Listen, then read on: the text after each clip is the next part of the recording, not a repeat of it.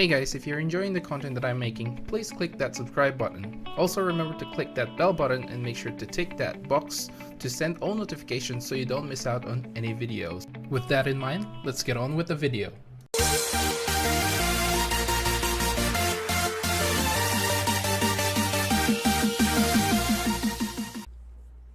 What's up guys, welcome to Munchkins Gaming, where we take your gaming to the next level. This is Munchkins logging in to bring you another video on Dissidia Final Fantasy Opera Omnia. And in this video we're going to be talking about the new event quest, the character event, A Burning Passion.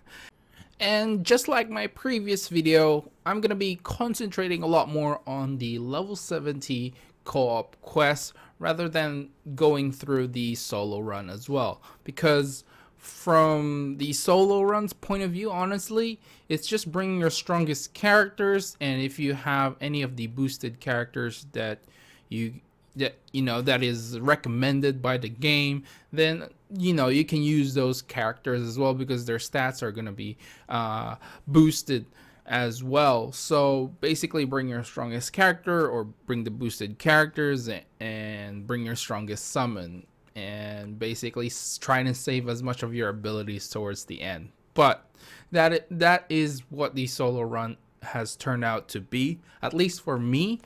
So I don't want to cover it too much. So if you guys want me to cover it in the future, just leave a comment down below if you're struggling, and maybe I'll consider making a video out of it. But for the most part, I want to concentrate on the level 70 co-op.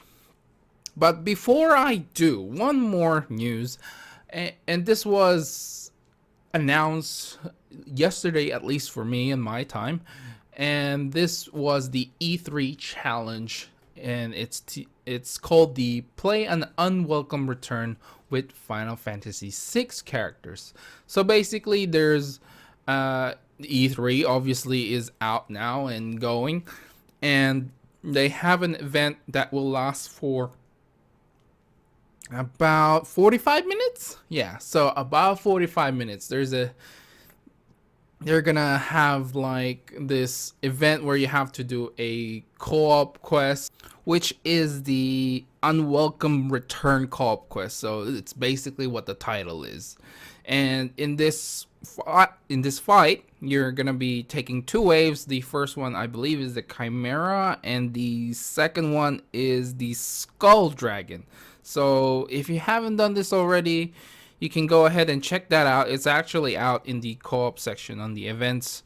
What do you call this? The events portal? I don't know. But it is the level 61. It's the last one there. And it's not that difficult. But they are wanting people to use Final Fantasy VI characters in this particular event.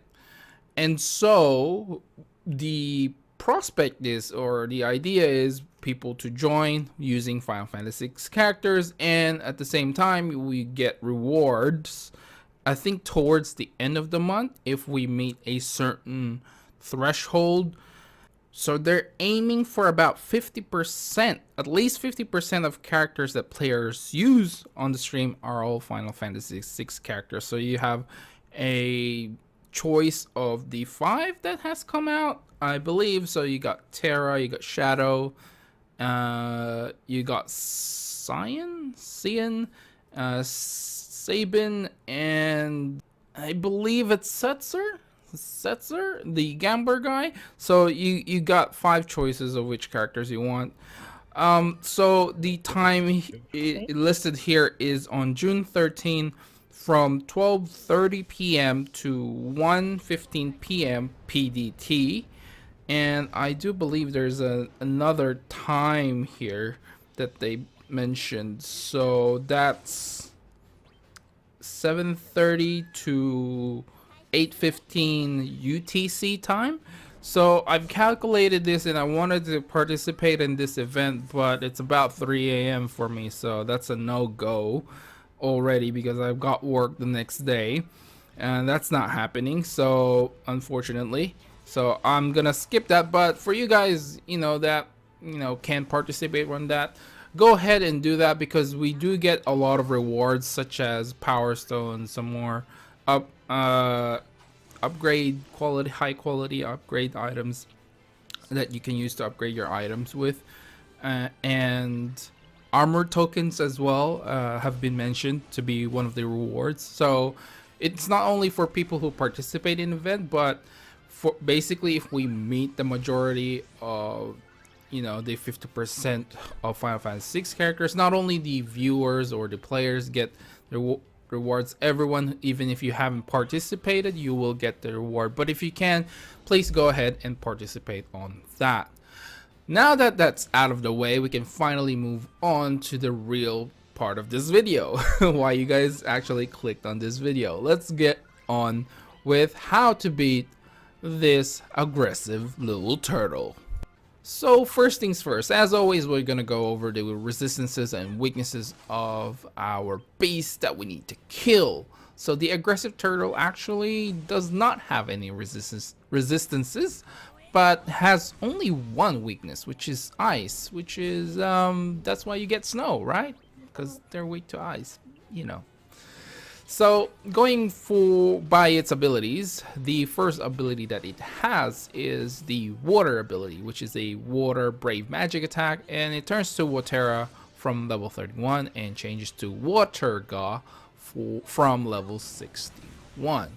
It also has Race Stone, which is normal for land turtles to have, which is their melee HP attack.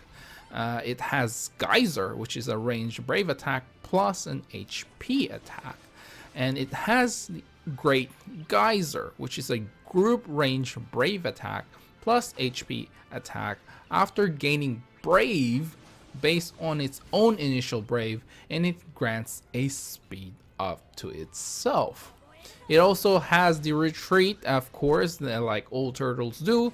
He has the retreat ability, which basically he hides in his shell, which raises his resistance to physical and magic damage. It also has the trademark Earthquake, which is a group range Earth Brave attack, which basically cancels out retreat. And it has Laceration, which is something new from the turtles. I guess this is what separates it from the other turtles. Is a melee brave attack which has a high turn rate. And the final ability it has is called Spontaneity, which is a brave magic attack which also has a high turn rate.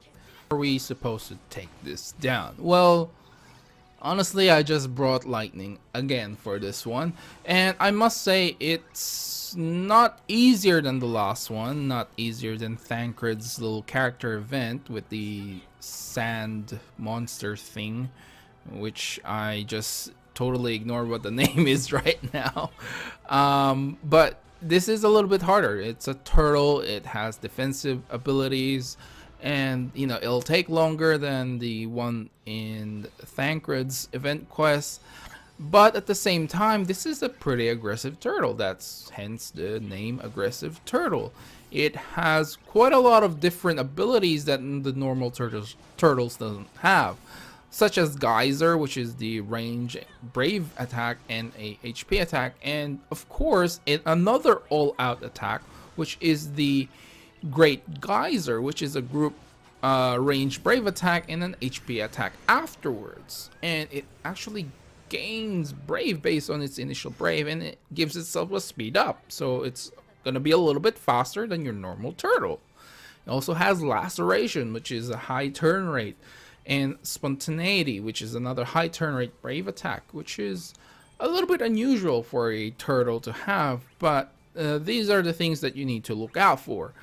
I suppose the biggest thing is going to be the Great Geyser, because I feel like that is the main one that sort of deals a lot of damage, because it just doesn't deal damage to one person, but deals damage on the rest of the party. And since my lightning is actually rocking only about 4k HP, because I have bad luck with getting a low CP passive for my lightning, I had to sacrifice a little bit of her HP to get all my attacking passives.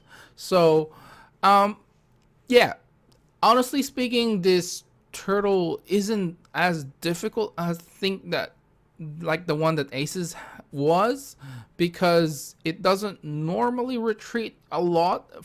I think for the most part I've only seen it use retreat once, and then basically you can take it down with your summons.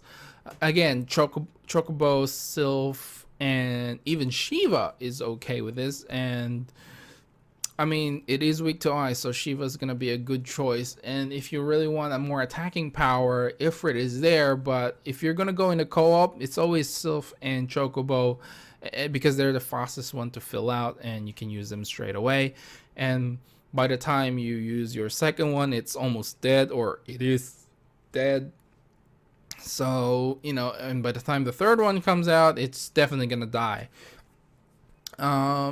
There's definitely a bit of combination stuff here that you can do, but honestly speaking, it's not that hard again. I was expecting something a little bit more difficult, since Snow is sort of like a tank character. I was expecting the enemy to deal a lot of damage, and that way you can do some tanking and stuff. But hey, that's just me. So I think that's it for this video, guys. Remember to click like, subscribe, and share this video if you find it helpful at all. As always, I'd like to hear from you guys what you think of this fight and what characters you guys are bringing. And of course, I want to hear if you guys are participating in that E3 events. Please leave down a comment below, and you know, or you can link me a video you guys played with the devs or whatever. I'd really like to see that. And yeah, that's it. And make sure to follow me on Twitter and on Facebook at Munchkins Gaming, because I need a lot more followers than just the 10 people that are following me right now. This is Munchkins logging off, and I'll see you guys in the next level.